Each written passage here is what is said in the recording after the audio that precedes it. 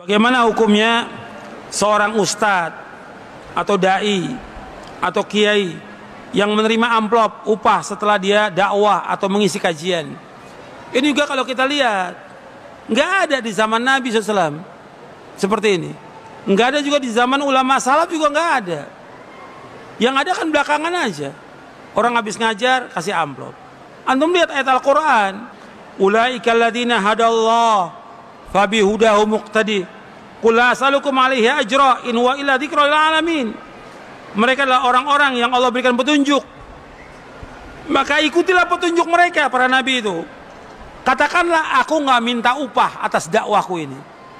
Aku nggak minta upah atas dakwahku. Ini merupakan peringatan untuk sekalian alam. Jadi nggak boleh minta upah dalam dakwah, nggak boleh. Dan juga panitia jangan sibuk ngumpulin duit buat ustadznya. Ini kan akhirnya jadi membebani orang banyak.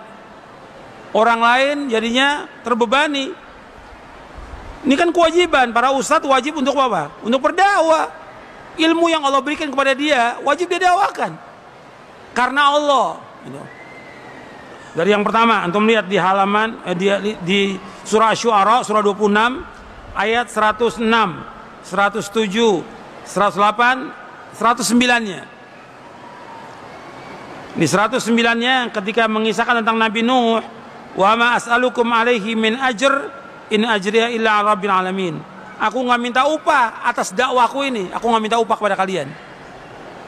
Sesungguhnya upahku Allah yang nanggung, Rabbul Alamin. Jadi jangan mengharapkan upah dari dakwah ini. Ikhlas, karena kita mengharapkan ganjaran pahala akhirat lebih baik daripada dunia. Kalau orang niatnya dia tujuan dari dakwahnya untuk dapat uang, dapat duit, dapat materi, yang nggak dapat ganjaran. Dan ini termasuk apa? Termasuk apa? Kalau antum lihat di kitab Tauhid, ini termasuk syirik. Di dalam kitab Tauhid, nanti antum baca ya, syarah kitab Tauhid, bahasa Indonesia, syarah kitab Tauhid. Di kitab Tauhid ada bab riya.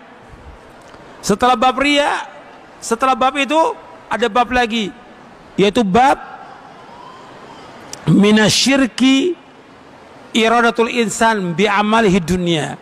Termasuk syirik seorang beramal tujuannya untuk dunia, termasuk syirik. Dibawakan dalilnya, ayatnya dan penjelasannya. Makanya itu harus hati-hati. Kalau seandainya dia mengajar, dia karena Allah, dia ikhlas, kemudian suatu waktu ada orang mengasih, dia orang kaya, dia mampu, ingin memberikan hadiah, enggak apa-apa, boleh. Tapi bukan itu yang dia cari. Kalau sekarang banyak ustadz-ustadz ingin mengumpulkan apa? Harta dengan dia berdakwah ini. Dakwah ini karena Allah. Antum lihat para nabi, para rasul, susah hidupnya, tapi mereka punya maisha sendiri. Jadi para dai, di samping dia dakwah, dia harus punya apa? Maisha, mata pencarian. Antum lihat Nabi Nabi Daud apa? Pandai besi. Nabi Zakaria tukang kayu. Nabi-nabi yang lain seperti Nabi Muhammad apa? Pengembala kambing dan juga berdagang. Jadi punya maisha, tinggal ngatur waktu. Ngajar cukup seminggu sekali cukup.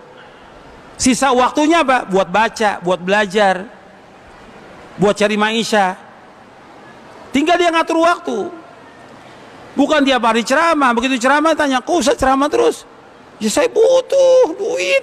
La haula wala quwata illa billah.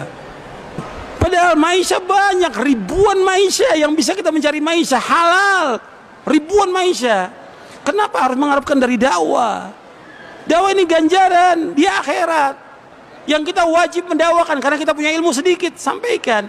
Kata Imam Abu Aliyah, alim majjanan kama ulimta majjanan. Ajarkan manusia dengan gratis sebagaimana kamu dapat ilmu dengan gratis. Ajarkan karena Allah dan nikmat. Kita mengharapkan ganjaran. Kalau antum ngajar dapat uang umpamanya nih ya 1 juta, 5 juta dengan ganjaran dari Allah, lebih banyak mana? Ganjaran dari Allah. Karena orang yang mengajarkan ilmu, kalau dia ikhlas karena Allah, semua makhluk ini memintakan ampun pada dia. Hatta ikan-ikan di lautan memohonkan ampun kepada yang mengajarkan kebaikan. Keutamaan gak ini? Belum ganjarannya, belum pahalanya, belum yang lain. Dan didoakan kebaikan oleh semua makhluk. Kenapa mengharapkan dunia? Jadi ini harus diperhatikan yang seperti ini. Kecuali kalau memang ada dia ngajar di pondok yang dia nggak punya maisha kecuali itu, yang memang yayasan atau juga ada orang kaya atau pemerintah memberikan gaji untuk dia, nggak apa-apa, boleh, secara hukum syari boleh. Seperti yang terjadi di Timur Tengah. Kalau di Timur Tengah itu kan imam-imam atau para ulamanya dia digaji oleh pemerintah, nggak ada masalah, boleh gitu. Tapi tetap dia harus mendakwakan dengan apa? Ikhlas karena Allah. Tetap itu keikhlasan harus jaga itu. Dan ini yang bisa saya sampaikan. Bagaimana hukumnya menerima bayaran dari berdakwah berceramah? Nyindir nih. Nyindir nih. Ustadz Somad ceramah ngambil amplop, saya nggak pernah ngambil amplop karena langsung ditransfer ke rekening.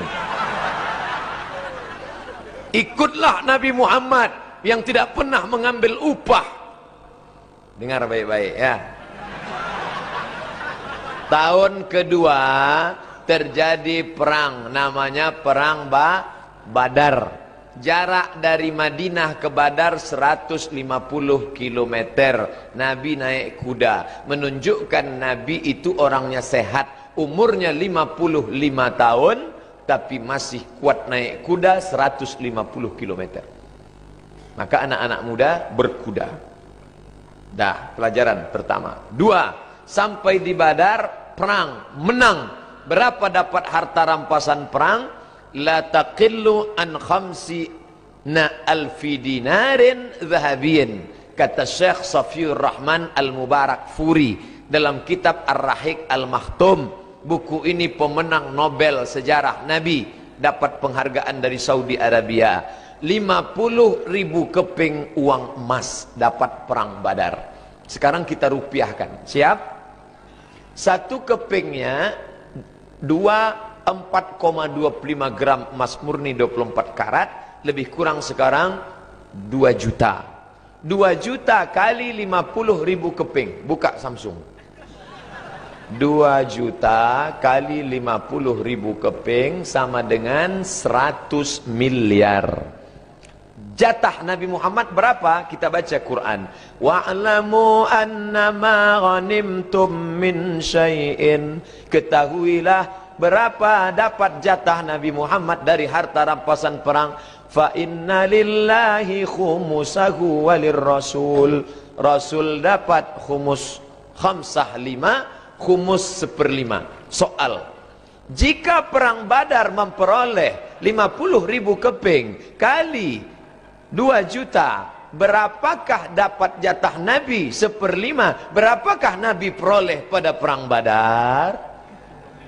Makanya kalaulah alumni Al-Quraniyah menjadi pembuat soal penerimaan PNS Badan Kepegawaian Negara, insya Allah soalnya berkualitas seperti ini. Allahu Akbar. Saya waktu ikut tes PNS soalnya, mau saya bocorkan soalnya. Tono, Tony, dan Tini menjaga warnet. Tony menjaga warnet di waktu pagi karena kuliah di waktu sore. Tini dan Tony tidak bisa bekerja sama karena pernah pacaran. Jam-jam berapa saja Tony, Tini, dan Tony bisa bekerja sama? Nggak berkualitas. Coba buat soalnya seperti ini. Nabi perang Badar tahun kedua memperoleh 50.000 keping emas. Satu kepingnya 4,25 gram. Diprediksi harganya 2 juta. Jatah Nabi 1/5. Berapakah Nabi dapat perang Badar? 20 M. Ibu menjawab 20 miliar. Sekarang saya tanya, Nabi dapat honor apa enggak?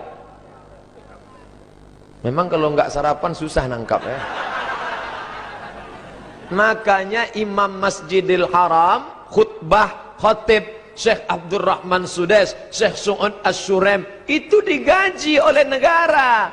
Kalau mau tidak ada honor, silakan. Tapi digaji oleh negara dari mana? Baitul Mal. Bangunkan Baitul Mal, isinya apa? Zakat, wakaf, infak, sedekah, wasiat, hibah, ghanimah. 7 ini untuk menggaji para dosen, para guru, para penceramah, para ulama. Maka hiduplah Islam bangkit. Insya Allah akan lahir pemimpin-pemimpin dari Al-Quraniyah. Allahu Akbar.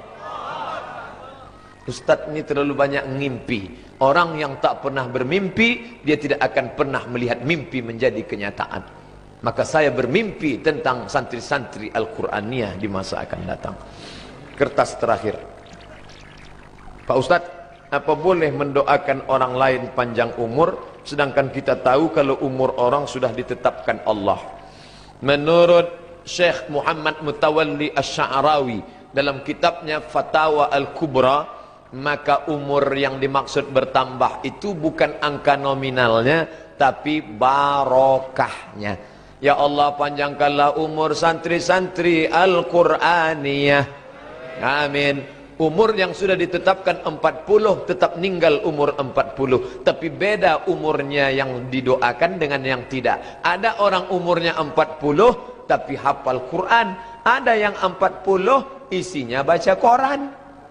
Ada 40 isinya masjid, dakwah, pengajian, baca Quran, ngajar. Ada 40 rumah kerja warung kopi. Rumah kerja warung kopi, rumah kerja warung kopi. Mati. Habis minum kopi mati.